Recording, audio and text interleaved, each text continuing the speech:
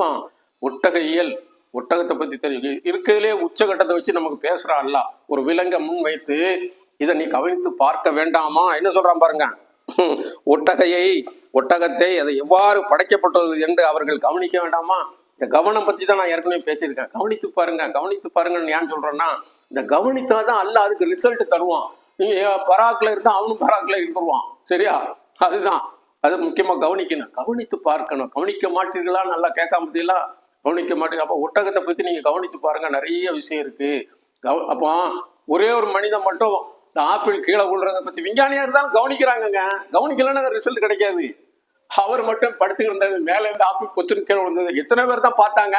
அவர் மட்டும் கவனிச்சாரு, ஏன்பா மேல இருந்து கீழே விழுது, அப்ப கீழேயும் எம்டி பிளேஸ் இருக்கு, மேலேயும் எம்டியா, மேல் நோக்கி போக கூடாது அப்படின்னு சிந்திச்சாரு இல்லைங்க. கவனிக்க போய் தானே சிந்திச்சாரு. அப்படி கவனிக்கும் போது சிந்திச்சதுனால அவருக்கு பூமிக்கு ஈர்ப்பு விசை இருக்குது கண்டுபிடிச்சாருங்க. காந்த சக்தி பூமிக்கு இருக்குது, ஏன்னா மேக்னெட் பவர் இருக்குது, அதனாலதான் அது கீழ் நோக்கி வருதுன்னாரு. அப்போ அல்லாஹ் சொல்றான், ஒட்டகம் எப்படி படைக்கப்பட்டதுன்னு கவனிக்க மாட்டியா அப்படிங்கிறான். அப்போ ஒட்டகத்துல என்னென்ன சிறப்புகள் இருக்குன்னு பார்த்தா, அல்லாஹு அக்பர். அது என்னன்னா, கடுமையான பாலைவன சூழலிலும் சரி, ஏன்னா அது தண்ணீரை என்ன செய்யும், அதை பயணிக்கும். கடுமையான சூழல், பனியா இருந்தாலும் மழையா இருந்தாலும் வெயிலா இருந்தாலும் அதை பயணிக்கக்கூடிய சக்தி அல்லாஹ் அதுக்கு கொடுத்துருக்கான். அதை தண்ணீரை ஒரே நேரத்துல குடிச்சு சேமிச்சு வச்சுக்கிடும். 100 லிட்டர் வரைக்கும் குடிக்கணும்னு சொல்றாங்க. சரினா அது நீண்ட காலம் அந்த பாலைவனத்துல வாழக்கூடிய சக்தி பெற்றிருக்கு. தண்ணி இருந்தாலும் இல்லாட்டாலும் சேமிப்பை கொண்டு அது நீண்ட நாள் வாழக்கூடிய அந்த பாலைவன கப்பல்னு அதுக்கு ஒரு பேர் உண்டு. அது அந்த மக்களுக்கு அந்த ஒட்டகம் இல்லைன்னா எப்படிங்க பயணிச்சிருப்பாங்க? கொஞ்சம் யோசனை பண்ணி பாருங்க. குதிரை நாள் ரொம்ப நேரம் சாதிக்க முடியாது, இழைச்சிரும், தண்ணி தேவைப்படும். சரியா? அப்போ ஒட்டகத்துக்கு என்னன்னா, அது ஒரு தடவை குடிச்சா கிட்டத்தட்ட மாச கணக்குல குடிக்காமே இருக்கும். அந்த யூரினை கூட அது வெளியிடாதுங்க. உடம்புல தண்ணி சத்து குறையுதுன்னு சொன்னா உடனே யூரினை கட்டுப்படுத்தி அந்த தண்ணி நீர் சத்து அது மெயின்டைன் பண்ணும், தன்னுடைய பயணியை கொண்டு போகணும். கிட்டத்தட்ட அது தண்ணி அது பழு 200 கிலோ வெயிட்டை தூக்கிக்கிடுங்க. மனுஷனா இருந்தாலும் பொருளா இருந்தாலும் 200 கிலோ வரைக்கும் தூக்கிக்கிட்டு 50 கிலோமீட்டர் நான் ஸ்டாப்பா நடக்கும். பாத்தீங்களா எவ்வளவு பெரிய விஷயத்த எல்லாம் நமக்கு சொல்லி தரான் பாருங்க. அப்போ ஒட்டகத்தை கவனிக்கணும், அதாவது விலங்கியலை பத்தி படிச்சுக்கிடுங்கன்னு சொல்றான். பேசுறோம் இன்ஷா அல்லாஹ். இப்ப பாருங்க, அப்போ அதே மாதிரி படிங்க, கடினமான முட்களை திங்கக்கூடிய வாய் அமைப்பு இருக்குல்ல, அது பாலைவனத்துல வாழக்கூடியதுக்கு எனக்கு பசுமையான உணவா கிடைக்கும் போது கரடு முரடான முள்ளு தான் கிடைக்கும். நம்ம வாயில போட்டா கிழிச்சு எடுத்துரும். அதனுடைய மேல் உதடு இருக்குதுல்ல, அதை அழகா பஞ்சு மாதிரி எடுத்து சாப்பிட்றதுக்கு இறைவன் அது அமைப்பா வச்சிருக்கிறான். பாருங்க எவ்வளவு பெரிய. அதனாலதான் எல்லாம் நீ ஒட்டகத்தை பாரு, இப்படி கைப்பா புலிக்கத்து எப்படி படைக்கப்பட்டிருக்குது பாருப்பா, இவன் படைப்பை பாரு, அதுக்கப்புறம் உனக்குள்ள போ, நான் எப்படி இருக்கேங்கிறத தெரிஞ்சுக்கோ, முதல்ல வெளியில பாரு. அதனால தான் ஸ்பெயின்ல உள்ள அன்றைய மார்க் அறிஞர்கள் இந்த மாதிரி ஆராய்ச்சியில இறங்கினாங்க. இப்போ உள்ள அறிஞர் நம்மள மாதிரி சண்டை போட்டுக்கிட்டு இல்லைங்க. இப்போ அதே மாதிரி இந்த ஒட்டகம் 100 லிட்டர் தண்ணியை ரொம்ப நாள் தண்ணி சாப்பிடல, திடீர்னு தண்ணி காட்டும் போது 100 லிட்டர் தண்ணியை குடிக்கும். ஆனா அந்த தண்ணி உடனே அந்த உடம்புல நீர் சத்தை பரப்பிடுங்க. அதுக்கு அப்படியே அமைப்பு எல்லாம் வச்சிருக்கான் அந்த ஒட்டகத்துக்கு.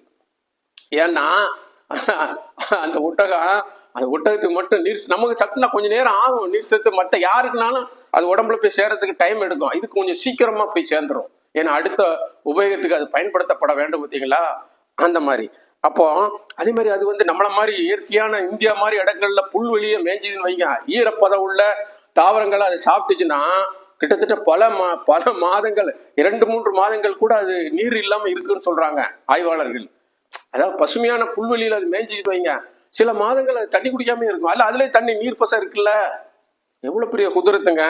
அப்போ மனிதன் நமக்காக வேண்டி படைப்புகளை எப்படிலாம் படைச்சிருக்காங்க ஆண்டவன். அதனுடைய கால அமைப்பு இருக்கு இல்ல, பாதம் அப்படி நெசவு, அதுக்கு தெரியும். அங்க பக்கத்துல டொக்கு மணல் இருக்கான், பாலைவனத்துல மேல மணலா கிடக்கும், கீழே குழி இருக்கும், அதுல காலை வச்சா பொத்துன்னு உள்ள விழுந்துருவான். ஆனா ஒட்டகத்துக்கு தெரியும், கொஞ்சம் தூரத்துல வரும்போதே பொதி மணல், அதாவது சுருமணல் சொல்லுவாங்க, பொதிஞ்சிரும், உள்ள போய் புதஞ்சிரும். அது அந்த அழகா நகன்றும். ஏன்னா அந்த காலில் அந்த உணர்வுகளை எல்லாம் அதிகமா கொடுத்துருக்கான். யானையை பாத்தீங்கன்னா தும்பிக்கையை வச்சு நடக்கும் பூமியில, பாத்திருக்கீங்களா? புதுசா நடக்கிற இடங்கள்ல. அதான் யானை பாதையை ஏன் கெடுக்க கூடாதுங்கிறான்னா, அது பாதை நடந்து அதை பதிவு பண்ணி வச்சிருக்கோம். அந்த இடத்துல அது தும்பிக்கை அதிகம் ஊனாது. ஆனா புதுசா போற இடத்துல பாருங்க, தும்பிக்கையை கொஞ்ச நேரத்துக்கு ஒருவன் ஊனும். ஏன்னா அந்த மாதிரி டொக்கு எங்கேயாவது இருந்து அதுல உழுதுறப்படா இல்லைங்க. யானை வெயிட் ஆனது இல்ல பாருங்க, தும்பிக்கையை ஊனி நல்ல இடம் அதை உறுதிப்படுத்தி விட்டு தான் அடுத்த காலம் எடுத்து வைக்குது யானைக்கு. இப்படி யானைக்கு எவ்வளவு பெரிய சிறப்பு இருக்கு. அப்போ ஒட்டகத்துக்கு அல்லாஹ் அந்த கால அமைப்பு அழகா படைச்சிருக்கான். அப்படி அதே மாதிரி பாத்தீங்கன்னா அதுக்கு வேர்வை கிடையாதுங்க. அல்லாஹ் தாலா அதுக்கு வேர்வை இருந்தா அது எல்லாம் நீர் சக்தி எல்லாம் வெளியே போயிடும்ல. அல்லாஹ் எவ்வளவு உபகாரம் செஞ்சிருக்கான் பாருங்க அந்த பாலைவன மக்களுக்கும் அதை பயன்படுத்தக்கூடிய மக்களுக்கும். அதை என்ன வகையால அதை படைச்சிருக்கான். இப்படி கைப்ப குளிக்கத்து எப்படி நான் ஒட்டகத்தை படைச்சிருக்கேங்கிறத நீ பார்க்க மாட்டியாப்பா கவனிச்சு. அதுக்கப்புறம் உன்னையே நீ கவனிச்சு பாரு. உனக்குள்ள ஒரு இதயத்தை நான் சூழ்ந்து இருப்பதை கவனிச்சு பாரு. உன் பிறடி நரம்ப விட நான் சமீபமா இருப்பதை கவனிச்சு பாரு. ரசூலுல்லாஹ் சொன்னாங்கல்ல, அபூபக்கர் சித்திக்கிட்ட ரலியல்லாஹு தஆலா அன்ஹு ஸல்லல்லாஹு அலைஹி வஸல்லம் சொன்னாங்க. என்ன சொன்னாங்க? லா தஹசன் இன்னல்லாஹ் மஅன. ஏன்னா அல்லாஹ் அந்த மாதிரி ஒரு வார்த்தை வருது இல்ல அரபுல. அந்த ஏங்க நம்மளோட இருக்காங்கிற உணர்வு எப்படிங்க நம்ம கவனிக்கிறது? அதை கவனிச்சு பார்க்க வேண்டாமா? அல்லாஹ் வெளியே கவனிக்க சொல்றான், உனக்கு உள்ளே கவனிச்சு பாரு. என்னுடைய அத்தாட்சிகள் உண்டுங்கிறான் குரான்ல. அதனால நல்ல கவனமா நடந்துக்கணும். சரியா? மூத்துக்கு முன் இதெல்லாம் தெரிஞ்சுக்கிட்டுங்க. நம்ம மனுஷனா பிறந்தாதான் தெரிய முடியும். மற்ற எந்த மிருகத்துக்கு இது கிடையாது. சரியா? அதே மாதிரி பாத்தீங்கன்னா கடும் குளிராக இருந்தாலும் வெப்பமா இருந்தாலும் அதை தாங்கக்கூடிய சக்தி, அதுலயோட நடக்கக்கூடிய சக்தி அது அல்லாஹ் அதுக்கு கொடுத்துருக்கான். அது மட்டும் இல்ல, அதனுடைய உடலுடைய அந்த உஷ்ண நிலை செல்சியஸ் 34 செல்சியஸ்ல இருந்து 41.7 செல்சியஸ் வரை அது என்ன செய்யும்? வெப்பத்தை ப்ரொடியூஸ் பண்ணி வச்சுக்கிடும் உடம்புல. கூட குறைய வரும்போது அதை அட்ஜஸ்ட் பண்ணிக்கிடும். பாருங்க என்ன மாதிரி எல்லாம் ஏற்பாடு நடக்குது. அப்புறம் எனக்கு ஒரு ஆள் சொன்னாங்க, ஒட்டகத்துல மட்டும் மற்ற மிருகங்களை மாதிரி இல்லைங்க பாய், அதுக்கு தாயும் தெரியும், தன்னுடைய குழந்தைகளும் தெரியும், தன் சகோதரியும் தெரியும் அவர் சொல்றாருங்க. அது கூட அது இன சேர்க்கை செய்யாது, மிருகங்கள்ல இது ஒரு புதுமை அப்படின்னு என்கிட்ட சொன்னாரு. இது ஆய்வு எந்த அளவுக்கு ப்ரூவ் பண்றது எனக்கு தெரியல, ஆனா அவர் சொன்ன தகவல்.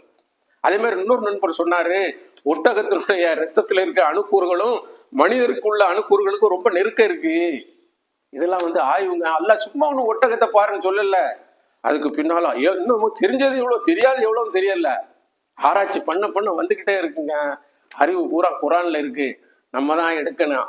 ஏன்னா அதனால இதெல்லாம் நம்ம புரிஞ்சுக்கணும். இப்ப நம்ம இதுக்கு வருவோம், 88வது அத்தியாயத்துக்கு வருவோம்.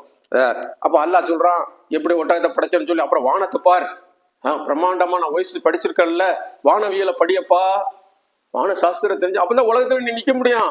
நீ இன்னும் அந்த காலத்துல மாதிரி இருக்காத, வானத்தையும் படி, குரானே ஓது, தொழு, எல்லாம் செய்ய, வான இயக்கத்தை பத்தி தெரிஞ்சுக்கோ. பத்தியெல்லாம் எப்படி உயர்த்தினான்னு கவனிச்சு பார்க்க மாட்டியப்பா வானத்தை. மலையை எப்படி நாட்டி இருக்கிறான்னு பார். மலை ஒவ்வொரு எங்கெங்க மலை இருக்கணுமோ அங்கெல்லாம் நாட்டி இருக்கணும். அது கெமிஸ்ட்ரி படிக்க சொல்றான், வேதியியலை படிக்க சொல்றான். அல்ல ஒவ்வொரு மலையில ஒவ்வொரு வகையான கெமிக்கல் இருக்கு. மலைக்கு கீழே எத்தனையோ கனிம பொருட்கள் இருக்கு, மலையிலேயே எத்தனையோ கனிம பொருட்கள் இருக்கு. இதெல்லாம் நான் எப்படி நாட்டி வச்சிருக்கேன், பூமி அசையாம இருக்க முளையான்னு நெட்டிருக்கேன். இதை நீ கவனிச்சு பார்க்க மாட்டியா? பூமியை எப்படி விரிச்சிருக்க பாரு, பூமி எப்படி சுழற்சி நடக்குது பாரு. ஒரு சுத்துறது எப்ப ஸ்டார்ட் ஆகுது அப்பவுமே க்ளோஸ் ஆகுது. பூமி அவ்வளவு வேகத்துல சுத்துது. உனக்கு தெரியல, ஏன்னா நமக்கு தெரியல. நமக்கு தெரிஞ்சா நம்ம கொஞ்சம் சுலவா சுத்தினா கீழே விழுந்துரும் எல்லாரும். அதனால பூமி அதிர்ச்சி வருதுல்ல. அவ்வளவு ஸ்பீடா சுத்த வச்சிருக்கானுங்க பூமிய. இதெல்லாம் சிந்திச்சு பார்க்க மாட்டீங்களாப்பா? ஹத்தா சுருத்தமுல் மகாபீர் வரைக்கும் உலகம் செல்வம் தேடுவீங்களா? அப்படி இருக்க கூடாது. கொஞ்சம் இருக்கணும் உலகத்துல. எப்படி இப்போ ஒரு கல்யாணம் பண்ணிட்டாரு புதுசா, மனைவியோட இருக்கிறத விருப்பாரு, தொடர்ந்து அவரால் இருக்க முடியாது, அது கொஞ்ச நேரம் தான். அதனால உலகமும் அப்படிதான். அந்த உலகத்துல ரொம்ப நாள் இருக்க முடியாது, கொஞ்ச நாள் தான். அந்த வாழ்க்கையை நம்ம சிறப்பா வாழ பழகணும் என்று கேட்டுக்கொள்கிறேன். தொடர்ந்து இந்த நிகழ்ச்சிகளை இது போன்ற அப்பா சொல்லக்கூடிய நிறைய தகவல்கள் உங்களுக்கு வர காத்து கொண்டு இருக்கிறது.